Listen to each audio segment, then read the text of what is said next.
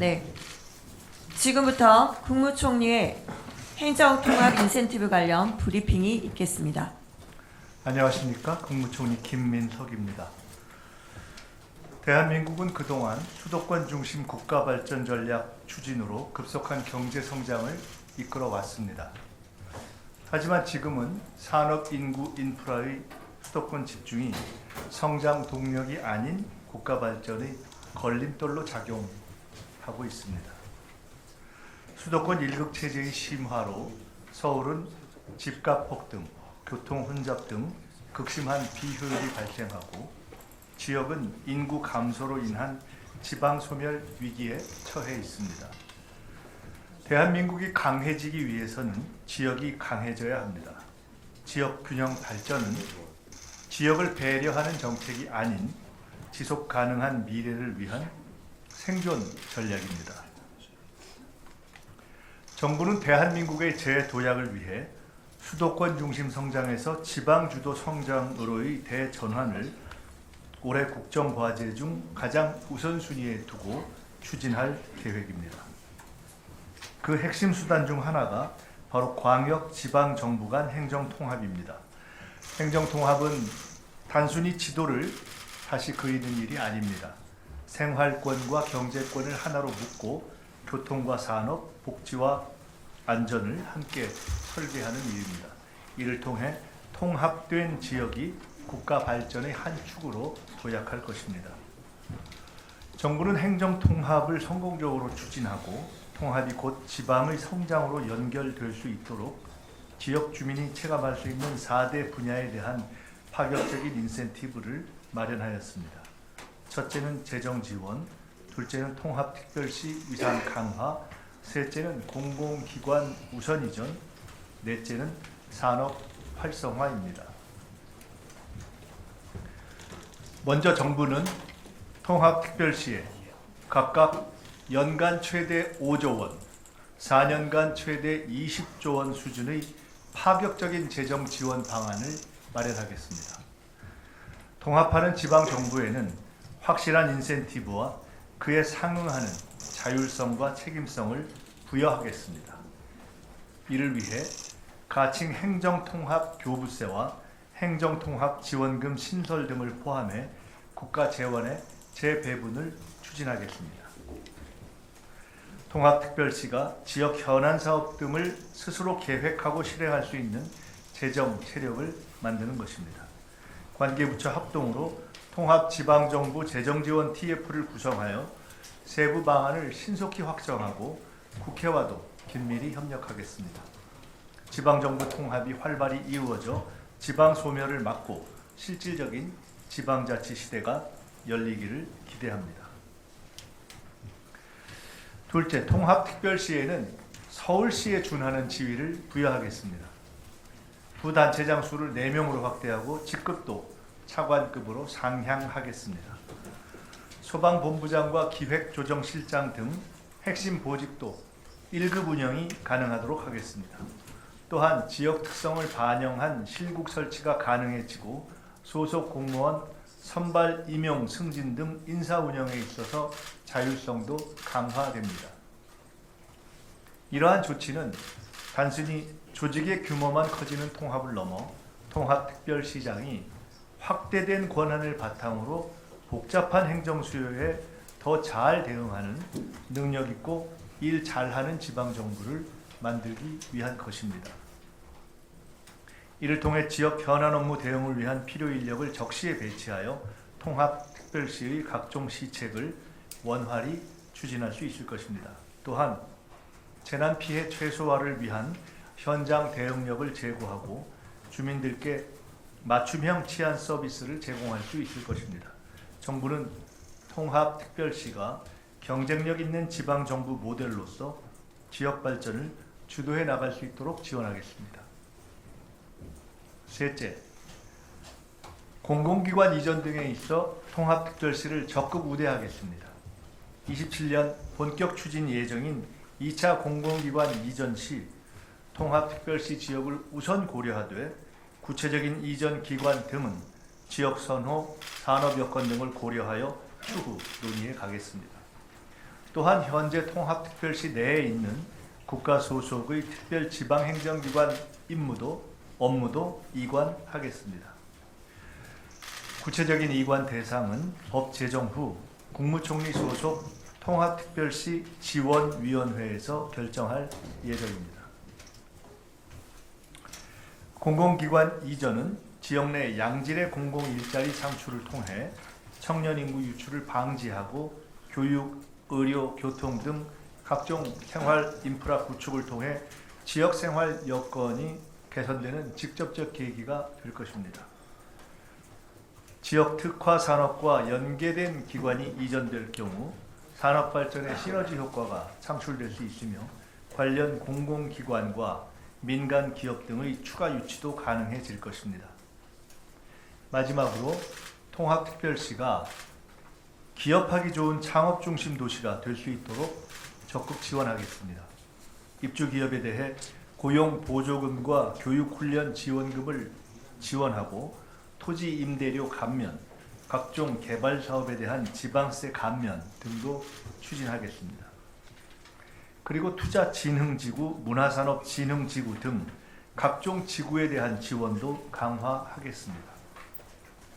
또한 국유재산 임대 기간 확대와 사용료 감면을 추진하고 통합특별시에 신설되는 특구에 대해 기회 발전 특구 수준으로 세제 지원을 강화하겠습니다.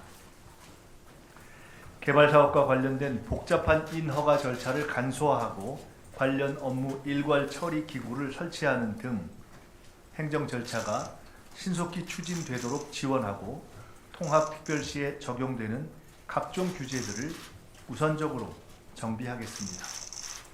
산업 활성화 정책의 핵심은 분명합니다.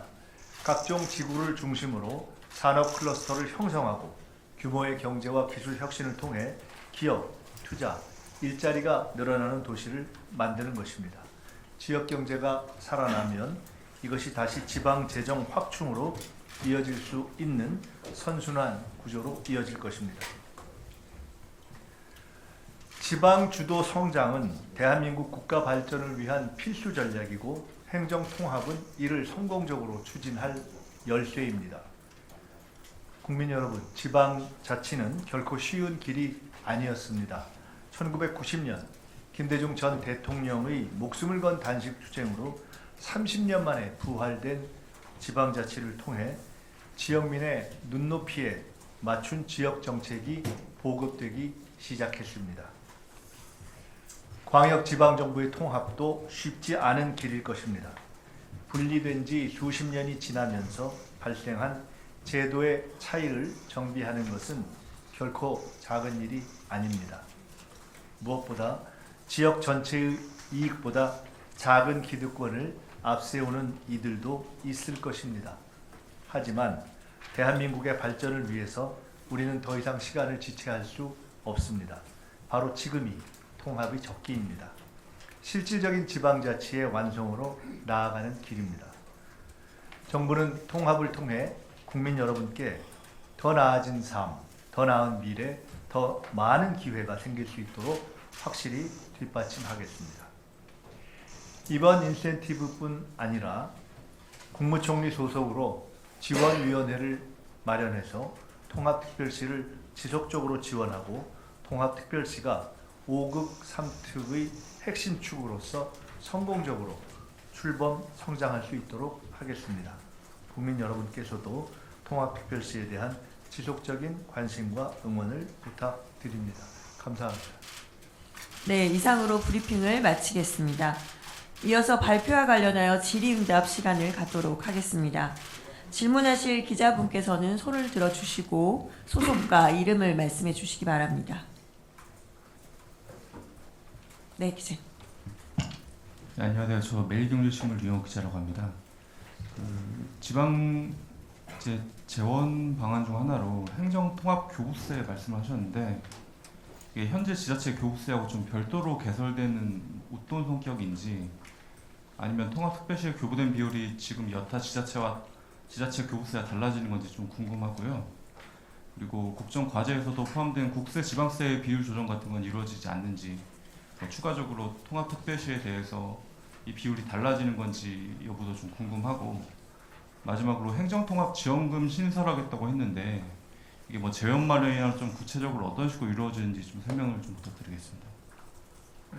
재원의 그 구체적인 구성, 마련하는 방법, 그리고 그것에 연관되어 있는 그 새로운 세제 부분 관련한 부분에 대해서는 저희들이 차근히 말씀드릴 기회가 있을 것입니다. 오늘 제가 말씀드린 이후에 우리 김근차관 보시니까 필요한 부분에 한해서 조금 더 보완 설명 드리도록 하겠습니다.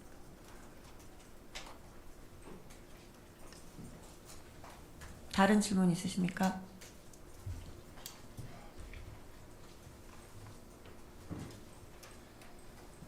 네, 없으시면 우리 차관님께서 부여 설명하는 시간을 갖도록 하겠습니다.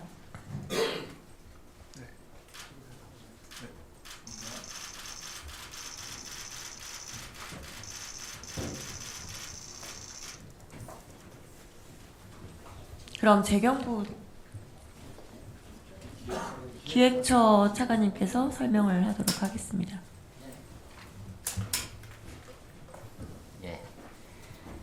예, 지금 방금 통합특별시에 지금 지원하게 되는 연간 최대 5조 원, 4년간 최대 20조 원의 구체적인 내역에 대해서 물으셨는데요. 그 내용하고 관련해서는 지금 방금 총리께서 설명드린 대로 여기 관계업체 합동으로, 그리고 또 지역 의견도 듣고 국회 의견도 듣는 통합지방정부 재정 TF를 구성을 해서 여기에서 세부적인 방안을 논의할 예정으로 있습니다. 그런데 조금 더 말씀드리면, 지금 방금 기자분께서 질문 주신 것과 관련해서는 이러한 방안을 만들어가는 과정에 있어서는 크게 4가지를 염두에 두고 있는데요. 첫 번째, 확실한 인센티브로 작동하도록 해야 되겠다. 두 번째, 국세하고 지방세의 비율도 물론 고려가 되어야 되겠다. 그리고 세 번째, 지방의 한 손에는 자율성, 한 손에는 책임성을 줄 수 있는 방향으로 일이 추진이 되어야 되겠다. 그리고 마지막으로 이 목적 자체가 결국에는 지역에 일자리가 생기고 지역 경제가 활성화되고 산업이 유치되고 지역민의 삶이 나아지는 게 최종적인 목표이기 때문에 재원 마련이나 사용 용처를 결정함에 있어서 이런 식으로 사용될 수 있도록 운영하겠다. 이 4가지 원칙을 가지고 통합지방정부 재정 TF를 운영해 나가도록 하겠습니다. 네, 감사합니다. 다른 질문 있으십니까? 네, 서울경제. 예, 안녕하세요. 서울경제 유지희 기자라고 합니다.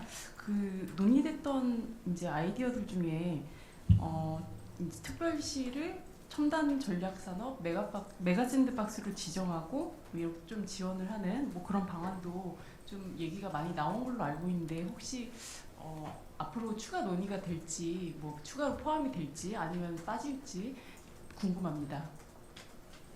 네, 예, 산업통상부 차관입니다. 말씀해 주신 것은 언론에서도 아이디어 차원으로 나온 부분입니다만, 우선 기본적으로 이 지역 산업 또는 특화 산업의 육성과 관련해서는 이 국민주권정부에서 이미 큰 틀이 5국 3특으로 5국 3특 성장 엔진 중심으로 하겠다는 게 기본 축으로 발표가 되어 있습니다. 그때 지금 행정통합이 논의되고 있고 추진되고 있는 대전, 충남 그리고 광주, 전남은 5국 3특 중에서 서남권으로 같이 묶여져 있고요. 대전, 충남은 중부권으로 같이 묶여져 있습니다. 그래서 지금 말씀해 주신 부분에 있어서는 큰 차이는 없게 지금까지 진행해 왔던 부분 쪽에서 선정이 이루어지고 지원 방안들이 이루어질 겁니다. 다만 그 과정 속에서도 이 행정 통합을 하는 것과 연관해서 줄 수 있는 총리님께서 말씀해 주신 더 추가적인 인센티브에 대해서는 5국 3특의 틀 내에서도 그 추가적인 인센티브가 가능한 방안들은 적용할 수 있도록 그렇게 추진되고 검토되고 있습니다. 메가 특구나 메가 특구와 관련된 프로젝트도 같은 맥락에서 이해해 주셨으면 합니다. 네, 감사합니다. 네, 이기림 기자님. 네, 안녕하세요. 뉴스원 이기림입니다. 다른 건 아니고요. 앞서서 좀 보도가 나왔는데 대전 충남 광주 전남 통합특별시로 이제 명칭을 좀 잠정 결론 지었다는 보도가 나왔습니다. 그 관련해 가지고 좀 해주실 말씀이 있는지 좀 궁금합니다. 네, 행정안전부 차관입니다. 통합특별시의 명칭이 충남, 대전 통합특별시 이렇게 있는데요. 결론적으로는 통합특별시의 최종 명칭은 지역 의견 수렴이라든지 이런 절차를 거쳐서 국회 입법 과정에서 결정될 거라고 이제 보고 있고요. 다만 이제 이렇게 대전 충남이냐 충남 대전으로 되는 것은 충남 대전을 말씀드린다면 충남권 전체를 하나의 행정 권역으로서 묶는 권역 중심의 통합이다 보니까 아마 그게 좀 강조됐을 때는 충남 대전이라는 명칭을 사용하시는 분들이 계신 것 같고요. 또 광주 전남은 또 그대로 가는 거는 그래도 호남 지역에서 광주가 상징하는 의미가 있다라고 봐서 광주를 중심으로 연계 권역을 발전시켜 나간다. 이렇게 해서 아마 그렇게 명칭을 정하는 것 같습니다. 최종적인 것은 국회 입법 과정에서 주민 의사를 충분히 수렴해서 결정될 거로 보고 있습니다. 네. 그럼 시간 관계상 이상으로 질의응답을 마치도록 하겠습니다. 감사합니다.